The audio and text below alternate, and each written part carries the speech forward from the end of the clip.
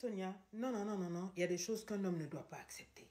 Il y a des choses qu'un homme ne doit pas accepter. Ah oui, oui, oui. Et permettez-moi d'utiliser votre plateforme, Lady Sonia, pour alerter tous les hommes. Faites attention. N'épousez pas des femmes qui sont un peu trop instruites. Et puis, dans les familles, hein, il y a toujours des boss quelque part, là. Parce que ça peut se retourner contre vous. J'ai dit que je suis mariée il y a 2 ans avec une femme très intelligente, très belle, que j'aime beaucoup. Mais seulement, elle a un défaut. Elle aime bien se mesurer à moi. Elle ne me donne pas tout le respect que moi, j'estime mériter. Et ça crée des problèmes entre nous. Dernièrement, on était à une fête. Et puis bon, je reconnais que on s'est un peu arrosé la figure, hein, pour ne pas dire la gueule. J'ai bu un peu et tout et tout. Et puis il y a un sujet de discussion qui a été mis sur la table là. Oh, dans la vie, qui est-ce qui vient avant? Qui est prioritaire dans ta vie? Genre, tu dois choisir entre ta mère, l'enfant ou le partenaire. Donc tu fais un classement. Moi, comme c'était mon tour, j'ai dit, moi d'abord, la première personne que je mets en priorité dans ma vie, ou si je dois sauver quelqu'un dans ma vie d'abord, c'est ma mère. Après ma mère, les enfants. Après les enfants, le partenaire. Pas de problème, ça tournait, tournait, tournait. Arrivé au niveau de ma femme, elle a dit à son tour que la première personne qu'elle va sauver, elle, c'est d'abord les enfants. Après les enfants, s'il y a un danger, c'est sa mère et après sa mère, le partenaire. Et quand elle a dit ça, elle a tourné sa tête et puis elle a commencé à rire avec ses copines. Sincèrement dit, ça m'a énervé. Je lui ai dit, pourquoi tu rigoles? Qu'est-ce qui te fait rire? Elle a seulement rigolé, elle a continué à rire là d'une manière béamment. Moi, j'ai trouvé ça bête. Ça m'a énervé. Comme je dis, j'avais un peu arrosé ma bouche. Donc, je me suis levée, bam, j'ai giflé la fille. Et quand j'ai giflé ma femme, sa tête a cogné malencontreusement la porte. Il y avait une porte qui était à côté de là. Et elle s'est fait mal. Elle s'est vraiment mise à pleurer, pleurer. J'étais moi-même surpris. Je disais, mais ça, c'est quelle différence? J'ai seulement donné un gifle, quoi. Immédiatement, les gens ont arrêté de rire. J'ai commencé maintenant à la tirer. Bon, viens, on va partir à la maison. Je la tirais. Elle a refusé de se lever. Elle s'est affalée carrément à la fête, là. Elle tenait sa tête, elle pleurait et tout et tout. Et puis, donc, les gens voyaient comment ça se passait. Et il y a des hommes qui ont vu à l'extérieur, là, que comme j'étais en train d'exercer une certaine petite pression, là, pour tirer ma femme, pour qu'elle me suive, ils ont vu que d'après, que je l'agressais. Je l'agressais pas, je la tirais. C'est bon, je disais, viens, on va à la maison, viens à la maison. Et c'était, d'après, un peu violent. Les gars sont venus, ils m'ont framponné. Ils m'ont fracassé ma bouche, ils m'ont tabassé et puis ils m'ont jeté hors de la salle de la fête. Je dis qu'à cela ne tienne, à cause d'elle, les gens vont me manquer de respect. Directement, j'arrive à la maison. Quand j'arrive à la maison, je ramasse ses affaires.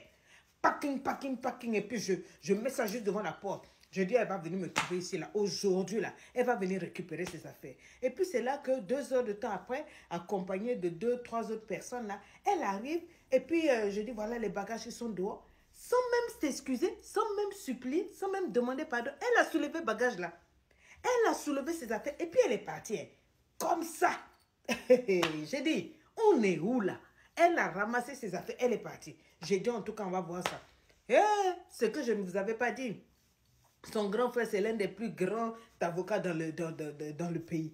Le lendemain, je reçois un coup de fil là, on dit, ouais, il y a les huissiers qui me cherchent. J'ai dit, huissiers qui me cherchent par rapport à quoi?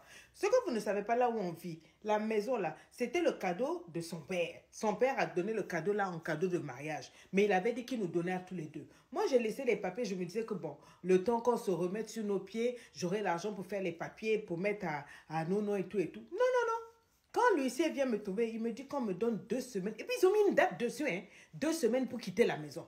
Que la maison, là, c'est pas pour moi. Je dis, comment c'est pas pour moi? C'est pour nous deux. Déjà, non, hein. La fille, là, elle dormait pas, hein. Dès qu'on a eu mariage, là, elle est partie chez les notaires et tout, et tout. Elle a tout mis à son nom, tranquillement. Et son papa, au début, avait mis le nom de la fille. Donc, ils ont bien arrangé et tout, et tout. Moi qui étais en train de remettre les choses à demain, je vais arranger après. Je n'avais même pas eu le temps de vérifier que les papiers de la parcelle, là, étaient au nom de la fille. Donc, la maison avec les cadeaux, les terrains, tout, là, quand il a donné, là, hypocritement, il a dit, c'est pour vous, mes enfants. Déjà, sa fille a pris, c'était pour sa fille. Et puis, on me donne 2 semaines. J'ai essayé d'envoyer les gens pour intervenir, demander pardon. La fille a dit que non seulement elle ne revient pas, que mais un homme qui se permet non seulement de la frapper, mais de la frapper en plus en public, de la tirer, de la violenter, quoi. Elle ne peut jamais, jamais, au grand jamais rester avec cette personne-là. Me voici là. Tous mes amis ont pris le parti de la femme. Tous ceux qui étaient à la fête sont allés gâter mon nom partout pour dire que moi je frappe la femme, je suis un frappeur de femmes et tout et tout. Donc mes amis ne m'adressent plus la parole. Mes collègues au boulot ont appris. Je n'ai nulle part où aller. Le peu d'argent que j'ai là, ça ne peut pas me suffire pour aller rester à l'hôtel et tout et tout. Donc je viens même ici vraiment leur dire, Sonia, est-ce que tu peux pas trouver sur ta page des hommes ou bien des gens qui vont être assez gentils pour m'héberger? Parce que là, je vais me retrouver à la rue. Je n'ai rien. À part rien, tout, c'est elle qui avait plus d'argent dans son salaire et tout, et tout. Elle a une belle famille. Moi, je me débrouille, non? Voilà, je n'aurais pas pensé qu'on pouvait voilà, et tout le monde m'a tourné le dos comme étant un violent, un sauvage et tout. C'est pas moi, c'est la fille là qui m'a poussé. Elle est impolie. Je voulais seulement la corriger. Puis c'était une petite tape, c'était une légère une caresse. Elle a soulevé sa bouche pour crier jusqu'à me chasser de la maison. Vous vous rendez compte? Quand je vous dis qu'elle ne respecte pas le mari, jusqu'à me mettre en dehors de chez moi. Chez moi, c'est chez nous deux. On est mariés, donc c'est pour nous deux. Qu'est-ce que dit? Qu'est-ce que veut dire? C'est pour elle. Et puis on me met dehors. Vous voyez, heureusement, même je m'en vais. Ça, c'est le genre de famille. Elle va bientôt dire qu'elle m'a doté et tout et tout. Jusqu'à la maison, là, elle commence à dire que c'est pour elle. On me met dehors. Hein? Bon, en tout cas, Lady Sonia, il faut belle public, ça. Hein? Que les garçons, là, on n'a qu'à être solidaires. Syndicats. Hein, les gars, syndicats ensemble, vous dites à Sonia, à Lady Sonia là, qui peut m'héberger même 2-3 mois et puis après je me remets sur mes pieds et puis après je vais avancer. Mais allons-nous ça. Il faut qu'il y ait la solidarité masculine. Hein? Les dames, quand ça ne va pas, tu donnes une petite juste, ça devient un problème. Regardez-moi ça. J'ai laissé le message ici. J'attends les hommes qui veulent l'héberger là. Il n'y a pas de problème. Hein? Genre, manifestez-vous. Je crois que les femmes vont vous brûler ici comme jamais.